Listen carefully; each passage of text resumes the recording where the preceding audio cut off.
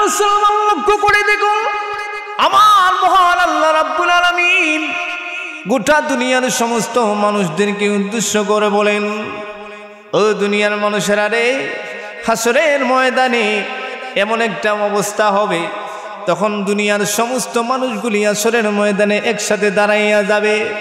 ও মুসলমান, এই সময় রব্বুল আলামিন প্রত্যেকটা মানুষদেরকে 5টা প্রশ্ন করবেন। জোরে বলেন, কয়টা? রব্বুল আলামিন বলবেন, ও দুনিয়ার মানুষেরা রে, দুনিয়ার জমিনে তোমরা চলাফেরা করেছ, দুনিয়ার জমিনে তোমার বাড়ি ছিল, দুনিয়ার জমিনে তোমার গাড়ি ছিল, দুনিয়ার জমিনে তোমার ক্ষমতা ছিল, দুনিয়ার জমিনে তোমার অট্টালিকা ছিল, সব ছিল। ও বান্দারে, এবার তুমি আমি মাওলার কাছে দাঁড়াইয়া গেছো, এবার তুমি জবাব দিতে হবে। রব্বুল আলামিন 5টা প্রশ্ন করবেন। আমার যে মূল কথাটা হচ্ছে, এই 5টা প্রশ্নের মধ্যে একটা প্রশ্ন হবে, ও দুনিয়ার মানুষ, ও আমার বান্দারে, দুনিয়ার জমিনে তুমি গিয়েছিলা, দুনিয়ার জমিনে তোমার ধন সম্পদ সবই ছিল, কিন্তু তুমি যে এত টাকা পয়সা ইনকাম করেছো, এত বড় বাড়ি বানায়েছো, এত দামি গাড়ি তুমি বানায়েছো, BMW মার্সিডিজ গাড়ি নিয়ে দৌড়াইছো, সব কিছু করেছো, আমি মাওলা তোমাকে টাকা পয়সা দিয়েছি, তুমি ইনকাম করেছো, হালাল তরিকায় হোক আর যেভাবেই হোক তুমি ইনকাম করেছো, টাকার মালিক হয়েছো। ও বান্দারে, এবার একটা হিসাব তুমি আমাকে দিতে হবে। বান্দা তখন বলবে, মাওলাই করিম, সেই হিসাবটা আমি আপনাকে কি দিব? মাওলাই করিম ওই বান্দাকে বলবেন, বান্দারে, দুনিয়ার জমিনে তুমি ধন সম্পদের মালিক ছিলা, এত টাকার মালিক ছিলাম, সেই হিসাবটা আমি তোমার কাছে চাই না, এবার আমি হিসাব চাই তোমার কাছে। ওই যে তুমি টাকা ইনকাম করেছিলা, কি কি করে তুমি টাকা ইনকাম করেছো? কি কইরা দুনিয়ার জমিনে টাকা ইনকাম করছো? ব্যবসা করছো, নাকি তুমি নিজে কামলা দিয়া কাম করছো, নাকি তুমি কোন ধরনের বিজনেস করছো? তুমি একটা হিসাব দাও। এবার আপনারাই বলুন, যখন এই প্রশ্নটা আল্লাহ করবেন, তখন প্রত্যেকে হিসাব দেওয়া লাগবে কি লাগবে না? আমরা হুজুররা মনে হয় বাদে নাকি দেয়, নাকি আমরা হুজুররাও দেওয়া লাগবে? সব দেওয়া লাগবে। মুসলমান লক্ষ্য করে দেখুন, ওই হাসরের ময়দানে মাওলাই করিম ওই প্রশ্ন করবেন, কিভাবে তুমি দুনিয়ার জমিনে টাকা ইনকাম করেছো?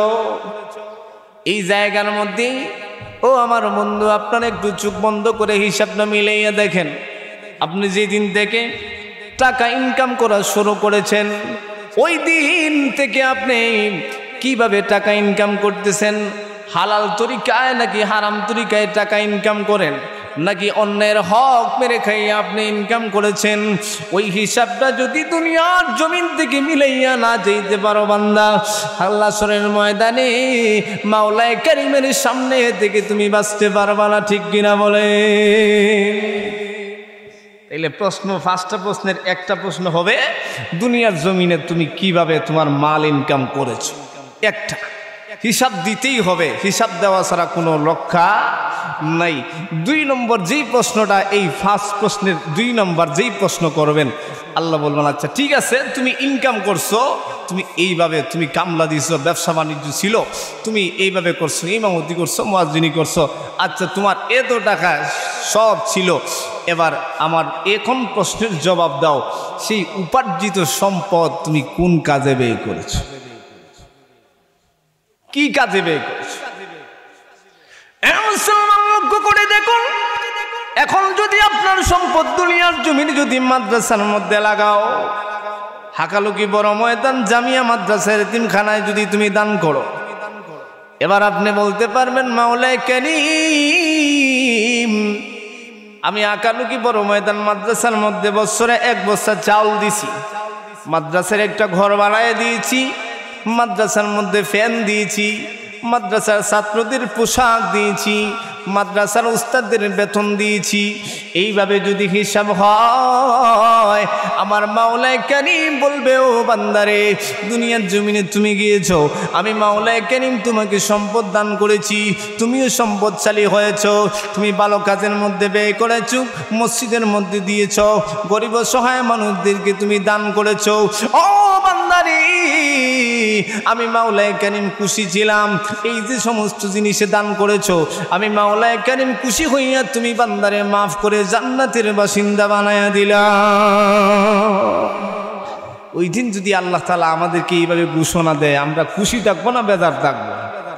এবার আসুন, আমি আপনাদের সামনে যে হাদিস পড়েছি এটার শুরুতেই রাসূল বলেন মান আতা লিল্লাহ, 2 নম্বরে রাসূল বলেন ওয়া মান আলিল্লাহ, যে কাউকে কিছু দেওয়ার সময় বান্দা এটা চিন্তা করবে যে আমি দিতেছি একজনকে, আমার আল্লাহ খুশি আছে না নাই। বান্দা যখন কাউকে কোনো কিছু দেওয়ার সময় চিন্তা করবে আমার আল্লাহ খুশি আছে না নাই। কে খুশি আছে না নাই? আল্লাহ খুশি আছে। একটা প্রশ্ন আপনাদের বিবেকের কাছে রেখে গেলাম, আজকে আমরা অনেক জায়গায় অনেক জিনিস দেই, ফুটবল খেলা, ব্যাডমিন্টন খেলা, ক্রিকেট খেলা, সব জিনিসে আমরা দেই, যাত্রা গানে দেই, সব জিনিসে আমরা টাকা দেই। কিন্তু ভাই আপনার বিবেকের কাছে আমি একটা প্রশ্ন রেখে গেলাম, আপনার যে হালাল তরিকায় আপনার উপার্জিত সম্পদ, আপনি প্রবাসে গেছেন, এত কষ্ট করে আপনি এত কষ্ট করে রাত দিন পরিশ্রম করে নিজের মা নিজের সন্তান সব ছেড়ে আপনি প্রবাসে গেলেন, প্রবাসে যাওয়ার পরে এত কষ্ট করে ইনকাম করলেন, আর আপনি দেশে আইসা ফুটবল খেলার আয়োজন করলেন, দেশে আইসা ব্যাডমিন্টন খেলার আয়োজন করলেন, হারাম যেইভাবে হারাম পন্থায় টাকা যায় আপনার হালাল টাকাটা আপনি হারাম পন্থায় ব্যয় করলেন। একবার চিন্তা করে দেখবেন যে আমি হাসরের ময়দানে আমার আল্লাহর কাছে আমি কি হিসাব দিব, ঠিক কিনা বলেন? তাহলে মুমিন বান্দার প্রথম নাম্বার গুণ হচ্ছে মুমিন বান্দা কাউকে কোনো কিছু দেওয়ার আগে চিন্তা করবে কে খুশি আছে না নাই। জোরে বলেন কার খুশি দেখবে? শুনেন, মুমিনের 1 নাম্বার গুণ, এই হাদিসে মুমিনের 4টা গুণ বলবো। রাসূল বলেছেন আমি আপনাদেরকে বুঝাইয়া দেব, মুমিন হতে হলে আমার আয়াতে কারিমার ভিতরে আল্লাহ বলেন ওয়ালা তাহিনু ওয়ালা তাহজানু ওয়া আনতুমুল আ'লাউনা ইন কুনতুম মুমিনিন। তোমাদের কোনো চিন্তা নাই, তোমাদের কোনো টেনশন নাই, তোমাদের কোনো টেনশন নাই, তোমরা যদি মুমিন হতে পারো, তোমরা যদি মুত্তাকি হতে পারো, তোমাদের কোনো টেনশন নাই। এবার মুমিনের 4টা গুণ আমি আপনাদের সামনে বলবো। প্রথম নাম্বার গুণ হচ্ছে মুমিন বান্দা কাউকে কিছু দেওয়ার সময় দেখবে খুশি আছেন কে। আরো জোরে বলেন, আপনাদের আওয়াজ কিটা কমে গেছে না কিটা? জোরে কইতেন না নি? একটু জোরে বলেন কে খুশি দেখবে? লক্ষ্য করে দেখুন, মুমিন বান্দার 2 নাম্বার গুণ হলো মুমিন বান্দা কাউকে কোনো কিছু না দেওয়ার সময় ওই সময় চিন্তা করবে আমার মাওলা খুশি আছে না নাই। সুবহানাল্লাহ বলেন। এবার আপনারা বলতে পারেন হুজুর কাউকে কোনো কিছু না দেওয়ার সময় আবার আল্লাহ খুশি থাকে কেমনে? কাউকে কোনো কিছু না দেওয়ার সময় আমার মাওলা খুশি হয়।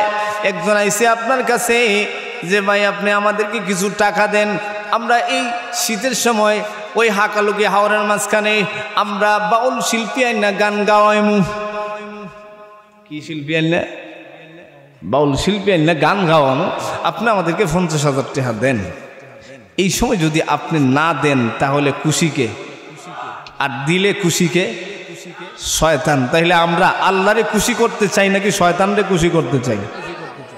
এলাকায় যত ফুটবল টুর্নামেন্টের ভাই আছে আমার খুব গাইল দিব রে, কি হুজুর আনছে রে আইন নেই, আমরা দিকে খেলার বিরুদ্ধে দিকে সান্দা বন্ধ করে দিল। খুব দুঃখের সাথে বলতে হয় আজকে খেলার জন্য যাওয়া হয় 50,000 টাকা দিয়া দেয়, আজকে যাত্রা গানের জন্য যায় 1 লক্ষ টাকা দিয়া দেয়, ক্রিকেটের জন্য বলে 1 লক্ষ টাকা দেয়। কিন্তু মাদ্রাসার সবার জন্য যদি যাওয়া হয়, মাদ্রাসার বিল্ডিং করার জন্য যদি যাওয়া হয়, মাদ্রাসার এতিম ছাত্রদের জন্য যদি চাওয়া হয়, তখন বলে হুজুরদের আর কোনো খায়া কাম নাই, শুধু আয় সান্দা করতো, ঠিক কিনা বলেন? এরকম তিরস্কার যারা করে খবর আছে, কিন্তু আলেমদেরকে নিয়ে যারা বাজে মন্তব্য করে, এইরকম প্রতিষ্ঠান নিয়ে যারা বাজে মন্তব্য করে খবর আছে না নাই? খুব খবর আছে আমার ভাইরা। আল্লাহ রাব্বুল আলামিন হাদিসে কুদসির ভিতরে বলেছেন, ও দুনিয়ার মানুষ আলেমদেরকে সম্মান করো। কি করো? আলেমদেরকে সম্মান করো। আলেমদেরকে সম্মান করলে দুনিয়াতেও ফায়দা আছে, হাসরের ময়দানে তো ফায়দা আছে ওই, ইনশাল্লাহ বলেন। সকলেই আলেমদেরকে মহব্বত করবেন তো ইনশাল্লাহ? জোরে বলেন ইনশাআল্লাহ মহব্বত করবেন। রাসূল হাদিসে কুদসির ভিতরে জানায় দিয়েছেন, কোন আলিমান, যদি তোমরা চেষ্টা করো আলেম হও, চেষ্টা করো কি হও, আলেম হও। যদি তোমরা আলেম হইতে না পারো, আও মুতাআল্লিমান, তোমরা আলেমের ছাত্র হও। সুবহানাল্লাহ বলে। এখন আলেমের ছাত্র হইতে পারলা না, আলেমের ছাত্র হইতে পারলা না, আও মুস্তামিআন, আলেম যা বলে তোমরা তা শুনো। সুবহানাল্লাহ বলে। এখন আলেম যা বলছে তাও শোনার আপনার তৌফিক নাই, আপনি জেলখানায়। এলাকার কোনো মানুষ যদি জেলখানায় থাকে আজকের এই মাহফিলে আসতে পারবো? আলেমদের কথা শুনতে পারবো না। এখন তুমি আলেমের কথা শুনতেও পারো নাই। চতুর্থ নম্বর স্টেপ হচ্ছে আও মুহিব্বান, তুমি আলেমকে মহব্বত করো। সুবহানাল্লাহ বলে। মুসলমান লক্ষ্য করে দেখুন, আল্লাহর নবী বিশ্ব নবী রাহমাতুল লিল আলামিন গোটা উম্মতদেরকে জানায় দিয়েছেন, আমার উম্মতেরা, আমার ওয়ারিসে নবী যারা থাকবে তাদেরকে তোমরা মহব্বত করো। প্রথম নাম্বার হলো, একজন মানুষ যদি কোনো আলেমকে মহব্বত করে, একজন আলেমকে যদি কোনো মানুষ মহব্বত করে, কাল হাসরের ময়দানে ইয়াশফাউ ইয়াউমাল কিয়ামাতি আল আম্বিয়া ওয়াল উলামা সুম্মা শুহাদা, কাল হাসরের ময়দানে আল্লাহ রাব্বুল আলামিন যখন সমস্ত মানুষদেরকে এক ধরনের মাফি ঘোষণা দিয়ে দিবেন, ওই সময় কিছু মানুষ এমন অসহায় অবস্থায় থাকবে, দুনিয়ার জমিনে তাদের ভালো আমল ছিল না, দুনিয়ার জমিনে তারা তেমন ভালো আমল করতে পারে নাই, দুনিয়ার জমিনে তারা তেমন ভালো কাজ করতে পারে নাই। ওই সময় কিছু মানুষ অপেক্ষা করবে, অপেক্ষা করবে আমাদের কি করা যায়, কি করা যায়। আপনি যদি দুনিয়ার জমিনে কোনো আলেমকে মহব্বত করেন, আলেমের সঙ্গে যদি আপনার সম্পর্ক ভালো হয়, ওই দিন ওই আলেম আপনাকে সুপারিশ করবে আপনাকে জান্নাতে নিয়ে যাওয়ার জন্য। তাইলে রসুল বলেছেন, এক নম্বর পারলে চেষ্টা করে দেখো আলেম হইতে পারো কিনা। দুই নম্বর যদি না পারো তাইলে আলেমের ছাত্র হওয়ার চেষ্টা করো। আর যদি ছাত্র না হইতে পারো, আলেম যা বলে তোমরা তা শুনো।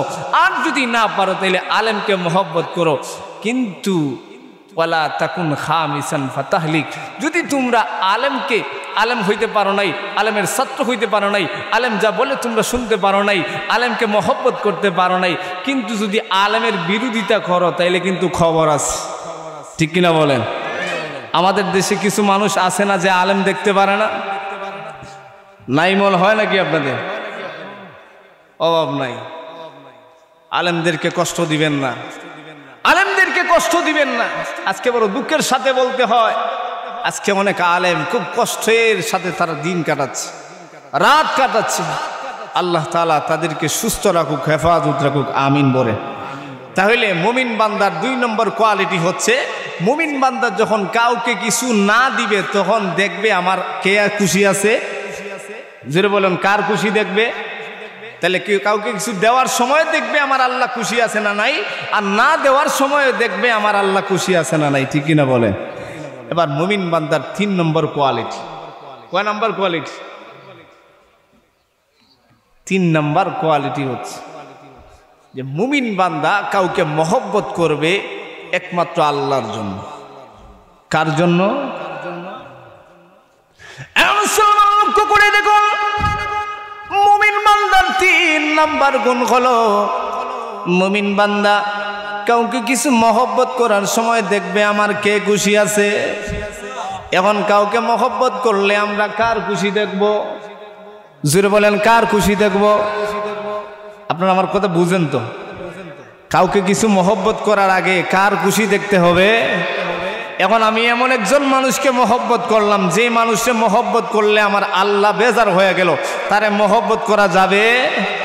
এমন একটা নাস্তিককে আমি মহব্বত করলাম, এমন একটা নেতাকে আমি মহব্বত করলাম, যেই নেতারে মহব্বত করলে, যেই নেতার অনুসরণ করলে আমার আল্লাহ বেজার হয়, তারে কি আমি মহব্বত করতে পারবো? জোরে বলেন, পারবো?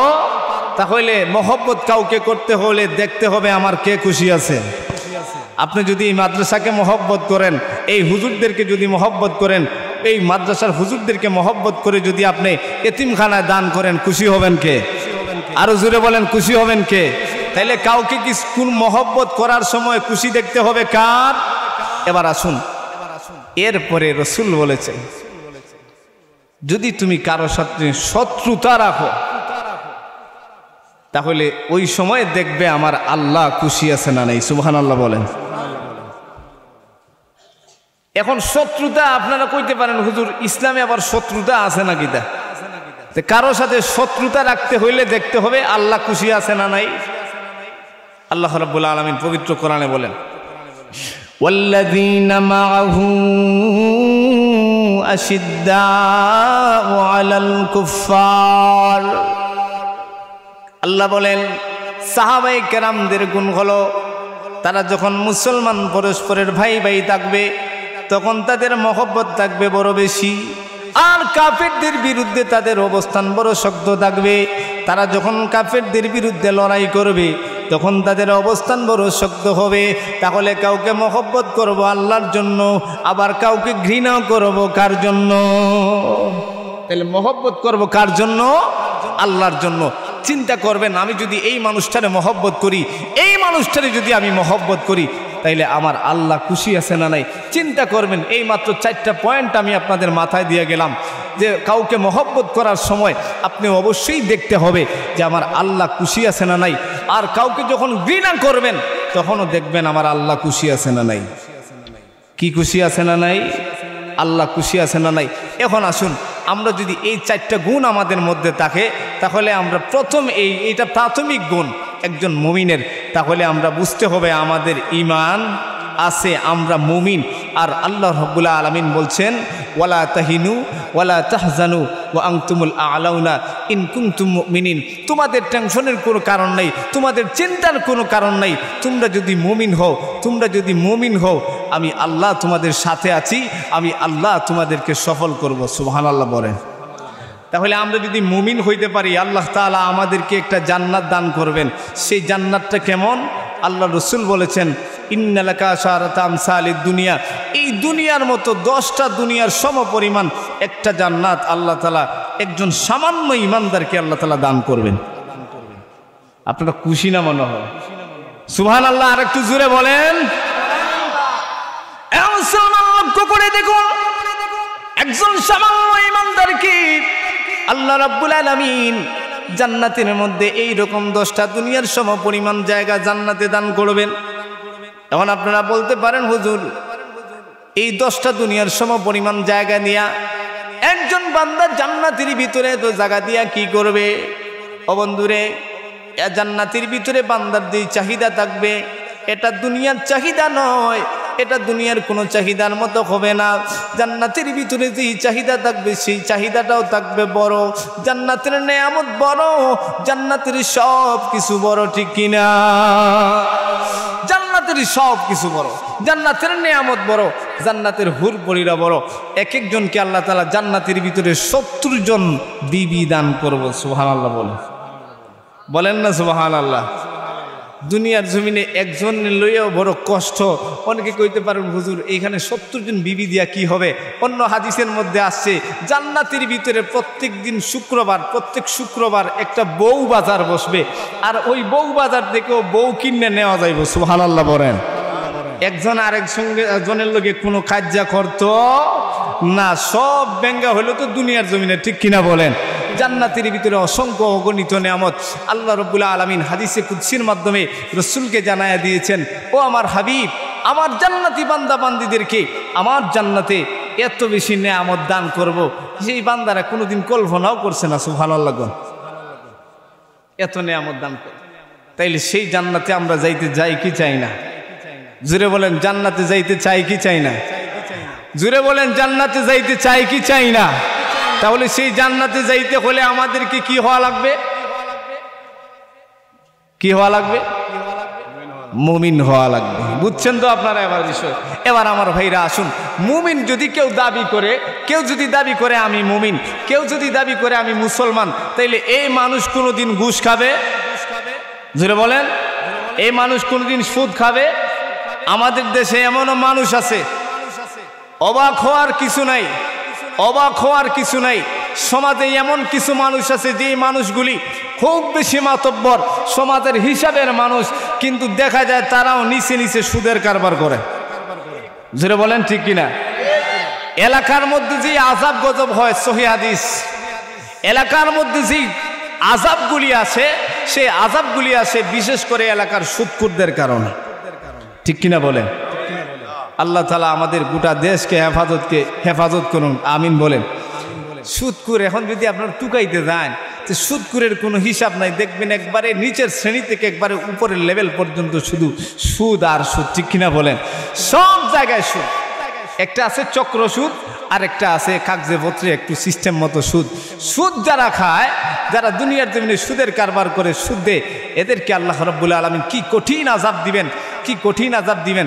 আল্লাহ রাব্বুল আলামিন সূরা বাকারার 279 নম্বর আয়াতে আল্লাহ রাব্বুল আলামিন বলেন, আল্লাহ রাব্বুল আলামিন তাদের সঙ্গে যুদ্ধ ঘোষণা করবে। সুবহানাল্লাহ বলেন, কই সুবহানাল্লাহ।